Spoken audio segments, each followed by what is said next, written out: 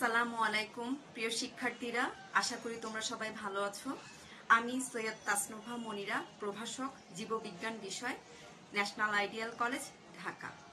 আজকে আমি তোমাদের সামনে উপস্থিত হয়েছি আমাদের প্রথম পত্র বইয়ের অধ্যায় 12 জীবের পরিবেশ, বিস্তার ও সংরক্ষণ এই অধ্যায়টি নিয়ে।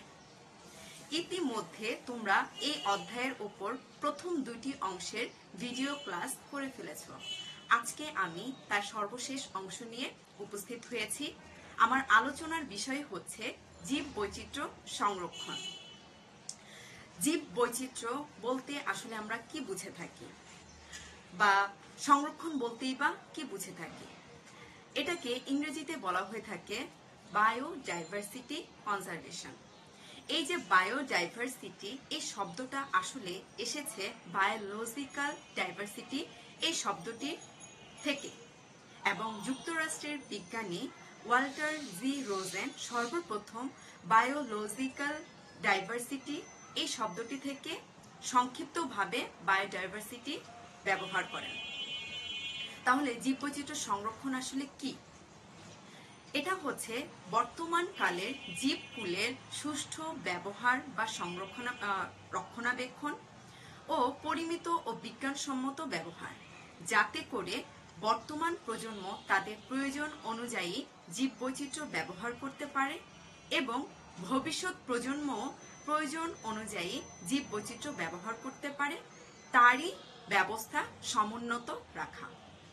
এই জীববৈচিত্র্য সংরক্ষণের জন্য বর্তমানে বিভিন্ন আন্তর্জাতিক সংস্থা রয়েছে, যেমন IUCN, WWF, EAS এ ধরনের। এছাড়া রিও ডি জেনেরি সম্মেলন নামক একটি সম্মেলনে জীববৈচিত্র্য সংরক্ষণের বিভিন্ন গুরুত্বপূর্ণ বিষয়ে সিদ্ধান্ত গ্রহণ করা হয়। জীববৈচিত্র্য তাহলে সংরক্ষণের ক্ষেত্রে পদ্ধতি রয়েছে। এই জীববৈচিত্র্য সংরক্ষণের পদ্ধতি হচ্ছে দুইটা, একটা হচ্ছে ইন সিটু সংরক্ষণ এবং একটা হচ্ছে এক্স সিটু সংরক্ষণ। তাহলে ইন সিটু সংরক্ষণ বলতে আমরা কি বুঝে থাকি? ইন সিটু সংরক্ষণ হলো স্বস্থানের সংরক্ষণ, অর্থাৎ কোনো জীব প্রজাতিকে সে যে বাসস্থানে থাকে তথা তার স্বাভাবিক যে প্রাকৃতিক পরিবেশ, সেখানেই সংরক্ষণ করার প্রক্রিয়াকেই বলা হয়ে থাকে ইন সিটু সংরক্ষণ। যেমন আমরা জানি সুন্দরবনে সুন্দরী গাছ হয়। এই সুন্দরী গাছকে সুন্দরবনে সংরক্ষণ করার যে উপায়, এটাই হচ্ছে ইন সিটু সংরক্ষণ। এই ইন সিটু সংরক্ষণের আরো বিভিন্ন ধরনের মাধ্যম বা উপায় রয়েছে, আমরা সেগুলো সম্পর্কে একটু একটু করে জানার চেষ্টা করব। ইন সিটু সংরক্ষণের মাধ্যম প্রথমত আছে জাতীয় উদ্যান। জাতীয় উদ্যান কি? প্রাকৃতিক সৌন্দর্য সহ যেসব স্থানে গাছপালা ও বন্যপ্রাণী নিজস্ব পরিবেশে কেন্দ্রীয় সরকারের তত্ত্বাবধানে সংরক্ষিত হয়। এই জাতীয় উদ্যান গঠনের ক্ষেত্রে কিছু শর্ত বা নির্দেশনা থাকে। যেমন জাতীয় উদ্যান যখন তৈরি হয়, এটা একটা বৃহৎ অঞ্চল জুড়ে হয় এবং এটা সরকারের আইন দ্বারা নিয়ন্ত্রিত থাকে। এখানে প্রবেশ দেখা যায়, প্রবেশ করা যায়, তবে যথাযথ কর্তৃপক্ষের অনুমতি নিয়ে। এখানে শিকার করা যায় না, তবে গবেষণা এবং বিনোদনের জন্য প্রবেশ করার অনুমতি রয়েছে। আমাদের দেশে অনেক জাতীয় উদ্যান রয়েছে, যেমন মধুপুর জাতীয় উদ্যান, যেটা ময়মনসিংহ ও টাঙ্গাইলে উপস্থিত রয়েছে। তারপরে আছে ভাওয়াল জাতীয় উদ্যান, যেটা কিনা গাজীপুরে উপস্থিত রয়েছে। এছাড়া রয়েছে রামসাগর, যেটা দিনাজপুরে আছে। এছাড়া হিমছড়ি, যেটা কক্সবাজারে অবস্থিত রয়েছে। এর পরবর্তীতে আছে ইকো পার্ক। ইকো পার্ক কি? যে প্রাকৃতিক শোভামণ্ডিত এলাকায় পর্যটকরা প্রকৃতি বান্ধব পরিবেশে নান্দনিক সৌন্দর্য উপভোগের পাশাপাশি জীব বৈচিত্র্য সংরক্ষিত হয়। আসলে ইকো পার্ক, ইকোলজিক্যাল পার্ক এই শব্দটা থেকে এসেছে। ইকো পার্ক গঠনের ক্ষেত্রে কিছু উদ্দেশ্য থাকে, যেমন এই পার্ক গঠনের মূল উদ্দেশ্য হচ্ছে গণসচেতনতা সৃষ্টি করা। এছাড়া শিক্ষা, গবেষণা, বিনোদনের একটা ক্ষেত্র তৈরি করা, বিরল ও দুর্লভ প্রজাতি সংরক্ষণ করা। বাংলাদেশে এরকম অনেক ইকো পার্ক রয়েছে, যেমন সীতাকুণ্ড ইকো পার্ক যেটা চট্টগ্রামে উপস্থিত রয়েছে, মাধবকুণ্ড ইকো পার্ক যেটা মৌলভীবাজারে উপস্থিত রয়েছে, জাফলং ইকো পার্ক যেটা সিলেটে আছে, এবং কুয়াকাটা ইকো পার্ক যেটা পটুয়াখালীতে রয়েছে। এরকম আরো অসংখ্য ইকো পার্ক আমাদের বাংলাদেশে অবস্থিত রয়েছে। এরপর আছে সাফারি পার্ক। সাফারি পার্ক বলতে আসলে আমরা কি বুঝে থাকি? সাফারি পার্ক এটা সরকার কর্তৃক ঘোষিত একটা অঞ্চল, যেটার চারদিকে বেষ্টনী দ্বারা নিয়ন্ত্রিত, এবং সাফারি পার্কের ক্ষেত্রে দেখা যায় এখানে বন্য প্রাণী বা দুর্লভ প্রজাতি সংরক্ষণ করা হয়ে থাকে। সাফারি পার্ক আসলে অনেকটা চিড়িয়াখানার বিপরীত, অর্থাৎ জু উইদাউট কেজেস। এরকম চিড়িয়াখানাতে আমরা যেমন দেখতে পাই বিভিন্ন বন্য প্রাণী সমূহ খাঁচায় বন্দী থাকে, কিন্তু সাফারি পার্কের ক্ষেত্রে এরকম খাঁচায় বন্দী থাকে না, এরা মুক্তভাবে বিচরণ করে থাকে এবং ব্রিডিং করে থাকে।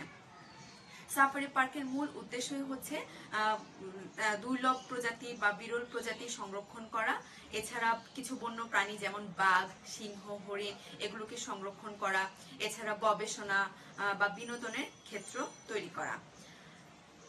আমাদের দেশে সাফারি পার্ক রয়েছে দুইটা, একটা নাম হচ্ছে বঙ্গবন্ধু শেখ মুজিব সাফারি পার্ক নামে দুটাই, যার একটি উপস্থিত রয়েছে কক্সবাজারে এবং আরেকটি উপস্থিত রয়েছে গাজীপুরে। এরপরে আছে মৎস্য অভয়াশ্রম। মৎস্য সম্পদ ও জলজ জীববৈচিত্র্য রক্ষায় যেই প্রাকৃতিক আবাসস্থল সংরক্ষণ করা হয় সেটাই হচ্ছে মৎস্য অভয়াশ্রম। সাধারণত এই সমস্ত আবাসস্থলগুলোতে মাছ ধরা বা মারা এবং জনসাধারণের প্রবেশ সম্পূর্ণ নিষেধ থাকে। আমাদের দেশে বিভিন্ন নদী, নালা, খাল, বিল, ডোবার বিভিন্ন জলজ যে জীব বৈচিত্র্য রয়েছে এগুলো বর্তমানে বিলুপ্তির পথে। তারই সংরক্ষণের উদ্দেশ্যে বিভিন্ন ধরনের আবাসস্থলকে সংরক্ষিত করা হয়ে থাকে। আমাদের দেশে যে মৎস্য অভয়াশ্রম রয়েছে তার মধ্যে উল্লেখযোগ্য হলো টাঙ্গুয়ার হাওর, তারপরে হালদা নদী, তারপরে আছে কি হাকালুকি হাওর, এই ধরনের মৎস্য অভয়াশ্রম। এরপরে আছে বন্যজীব অভয়ারণ্য, যে প্রাকৃতিক পরিবেশে মাটি, পানি, উদ্ভিদ, প্রাণী, অণুজীব সুরক্ষার জন্য অক্ষতা থাকে এবং তারা মুক্তভাবে বিস্তার লাভ করে। এই বন্যজীব অভয়ারণ্যের ক্ষেত্রে কিছু উদ্দেশ্য রয়েছে, যেমন এখানে বন্যজীব এবং বিভিন্ন গাছপালা সংরক্ষণ করা হয় এবং জীব বৈচিত্র্য গবেষণার ক্ষেত্র তৈরি করা হয়। এছাড়াও দেখা যায় যে এখানে বন্য প্রাণী প্রজনন ভূমি হিসেবেও সৃষ্টি করা হয়ে থাকে। বাংলাদেশে যে সমস্ত বন্যজীব অভয়ারণ্য রয়েছে তার মধ্যে উল্লেখযোগ্য হলো সুন্দরবন বন্যপ্রাণী অভয়ারণ্য, যেটা পূর্ব, পশ্চিম, দক্ষিণ রয়েছে। এছাড়া রয়েছে পাবলাখালী বন্যজীব অভয়ারণ্য, যেটা কিনা রাঙামাটিতে রয়েছে। এছাড়া চর কুকরিমুকরি বন্যজীব অভয়ারণ্য, যেটা কিনা ভোলাতে অবস্থিত রয়েছে। এরপরে আছে গেম রিজার্ভ। গেম রিজার্ভ হলো এমন প্রাকৃতিক অঞ্চল যেখানে বন্যজীব সুরক্ষিত থাকে, কর্তৃপক্ষের অনুমতি নিয়ে শিকার করা যাবে। বাংলাদেশে এরকম গেম রিজার্ভ রয়েছে একটি, যেটা কক্সবাজার জেলার নাফ নদীর তীরে টেকনাফ গেম রিজার্ভ নামে পরিচিত। এরপরে আছে বিশ্ব ঐতিহ্য। ইউনেস্কো কর্তৃক বিশ্বের বিভিন্ন দেশের ঐতিহাসিক বা প্রাকৃতিক খ্যাতিসম্পন্ন এলাকা বা স্থাপনাকে বিশ্ব সম্পদ হিসেবে ঘোষণা করা হয়। যেমন আমাদের দেশে সুন্দরবনের যে 3টি বন্য অভয়ারণ্য রয়েছে, এই 3টি বন্য অভয়ারণ্যকে 1997 সালে ইউনেস্কো বিশ্ব ঐতিহ্য হিসেবে ঘোষণা করেছে। তাহলে এগুলোই ছিল মোটামুটি আমাদের ইন সিটু সংরক্ষণ পদ্ধতি বা উপায়। এখন আমি পড়াবো এক্স সিটু সংরক্ষণ। এক্স সিটু সংরক্ষণ কি? অর্থাৎ এক্স সিটু সংরক্ষণ হলো কৃত্রিম বাসস্থানের সংরক্ষণ। উদ্ভিদ বা প্রাণী জীবকে তার নিজ বাসস্থানের বাইরে অন্য পরিবেশে সংরক্ষণ করার প্রক্রিয়াকেই বলা হয়ে থাকে এক্স সিটু সংরক্ষণ। এই এক্স সিটু সংরক্ষণের বিভিন্ন উপায় বা মাধ্যম রয়েছে, আমরা সেগুলো একটু আলোচনা করব। যেমন এক্স সিটু সংরক্ষণের মাধ্যমে প্রথমেই যেটা রয়েছে বোটানিক্যাল গার্ডেন। পৃথিবীর বিভিন্ন প্রান্ত থেকে বিভিন্ন উদ্ভিদ সংগৃহীত করে প্রায় প্রাকৃতিক পরিবেশে রোপণ, প্রতিপালন ও প্রদর্শন করা বিশুদ্ধ এবং ফলিত চর্চার উদ্দেশ্যে বোটানিক্যাল গার্ডেন বলা হয়। উদ্দেশ্য বোটানিক্যাল গার্ডেনের ক্ষেত্রে যেটা দেখা যায়, এটা সাধারণত আমাদের বিরল প্রজাতি বা দুর্লভ প্রজাতি যে সমস্ত উদ্ভিদ থাকে, এছাড়া অর্থনৈতিক গুরুত্ব সম্পন্ন এবং ট্যাক্সোনমিক ভাবে গুরুত্ব বহন করে এই ধরনের উদ্ভিদ সমূহকে সংরক্ষণ করা হয়। সারা বিশ্বে প্রায় 2000-এর মতো বোটানিক্যাল গার্ডেন রয়েছে এবং আমাদের বাংলাদেশে সর্বপ্রথম খুব সম্ভবত ঢাকা বিশ্ববিদ্যালয়ে বোটানিক্যাল গার্ডেন তৈরি করা হয়। এরপরে আমাদের বাংলাদেশের সবচেয়ে বৃহত্তম যে বোটানিক্যাল গার্ডেন সেটা হচ্ছে ন্যাশনাল বোটানিক্যাল গার্ডেন, যেটা মিরপুরে ঢাকায় অবস্থিত। বোটানিক্যাল গার্ডেনের এটা আসলে কোনো শখের বাগান না, বিজ্ঞান, শিক্ষা ও গবেষণার উদ্দেশ্যে সৃজন করা গার্ডেনই হচ্ছে বোটানিক্যাল গার্ডেন। বোটানিক্যাল গার্ডেন অনেক গুরুত্ব বা অনেক ভূমিকা বা কাজ করে থাকে, ভূমিকা রয়েছে।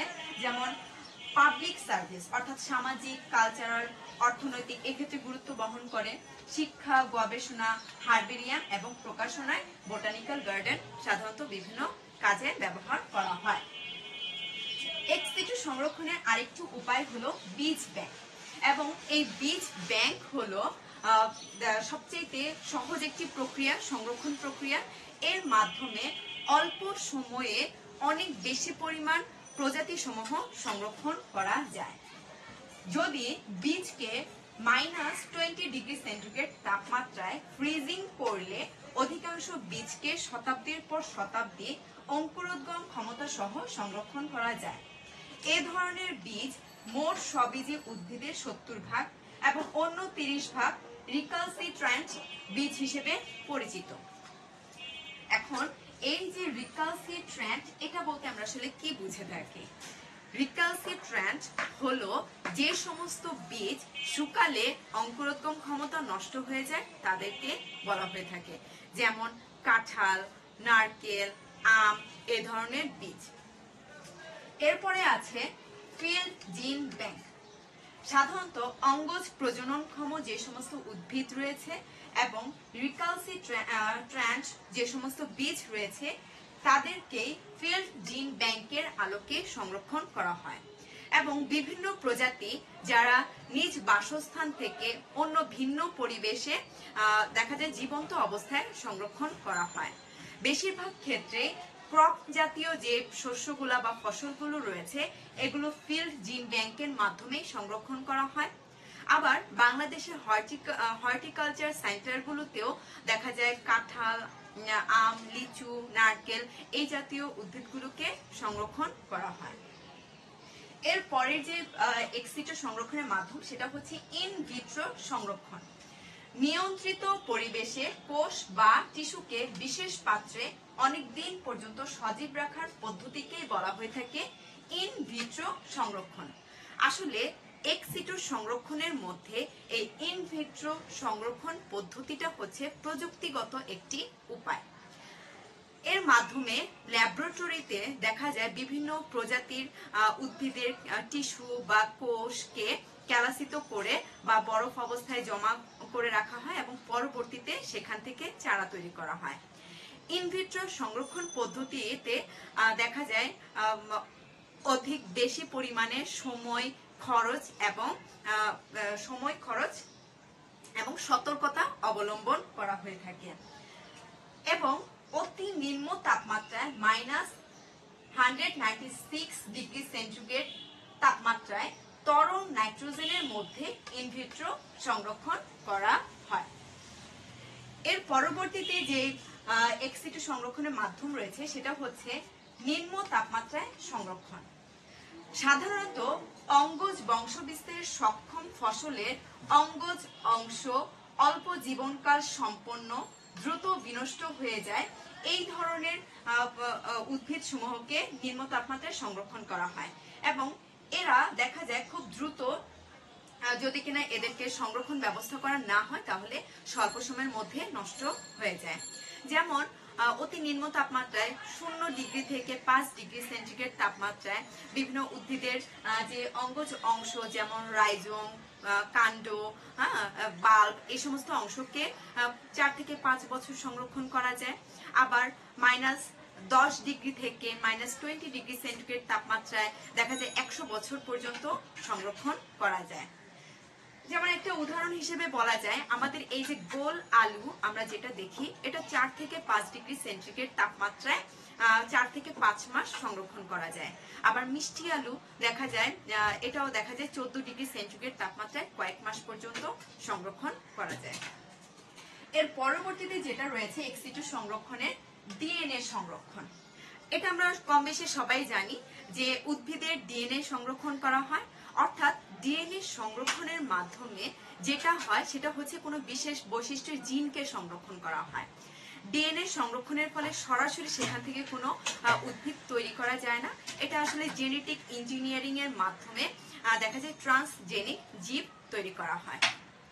এরপরে আমাদের এক্স সিটু সংরক্ষণে যেটা রয়েছে পরাগরেণু সংরক্ষণ।